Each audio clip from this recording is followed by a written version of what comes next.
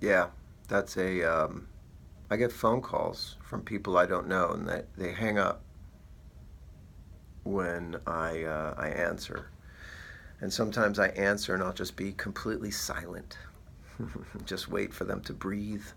And I hear them breathing, but they won't talk. I have a feeling it's pharmacies, because they know how old I am. So it's like pharmacies trying to sell me stuff. I don't do any pharmaceutical drugs. I barely take Advil. And I thought I had to. I was in a lot of pain in my early stages of this particular training I've been doing. But I don't know. It kind of went away. The body knows a lot more than we think it knows. If we're patient and gentle, but put it through paces to strengthen it, which does mean stressing it. Okay, sorry, I had to wrap up. I guess the last thing I wanted to say is I've been studying Spanish. Forrest was also doing this. This was not something we were doing together. It just happened to be that we were both committing to doing it.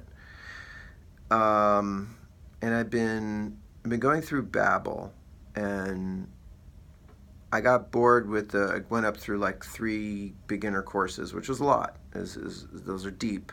But I was like, let me jump over to some real life situational stuff. And I noticed that like when you study other languages, you get bits of truth that we are less aware of because we're so conditioned to it.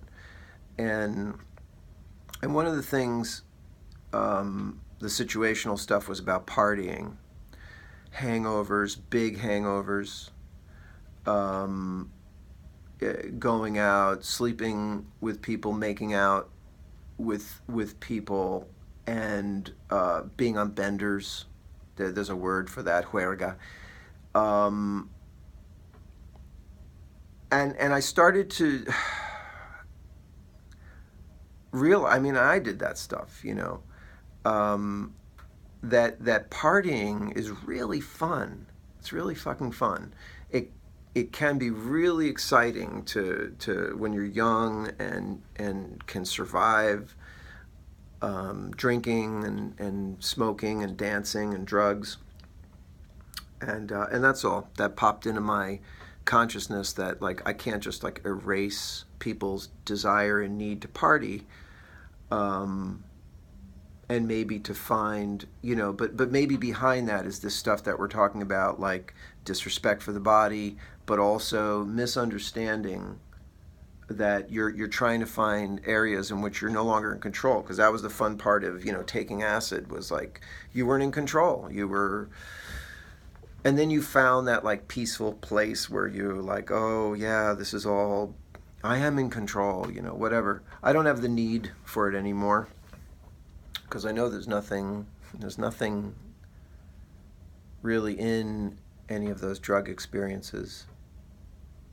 I did many mushrooms. So I know I don't feel like doing ayahuasca or whatever, MDMA and those. There's nothing there. There's nothing there that you already don't experience. You're just, what? Where are you going to arrive to? That you're not going to fly.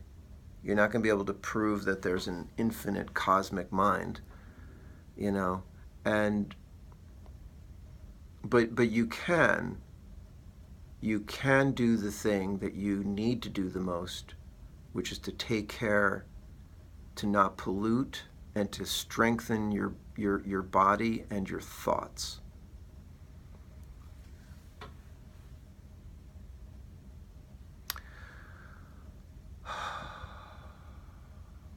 I miss him,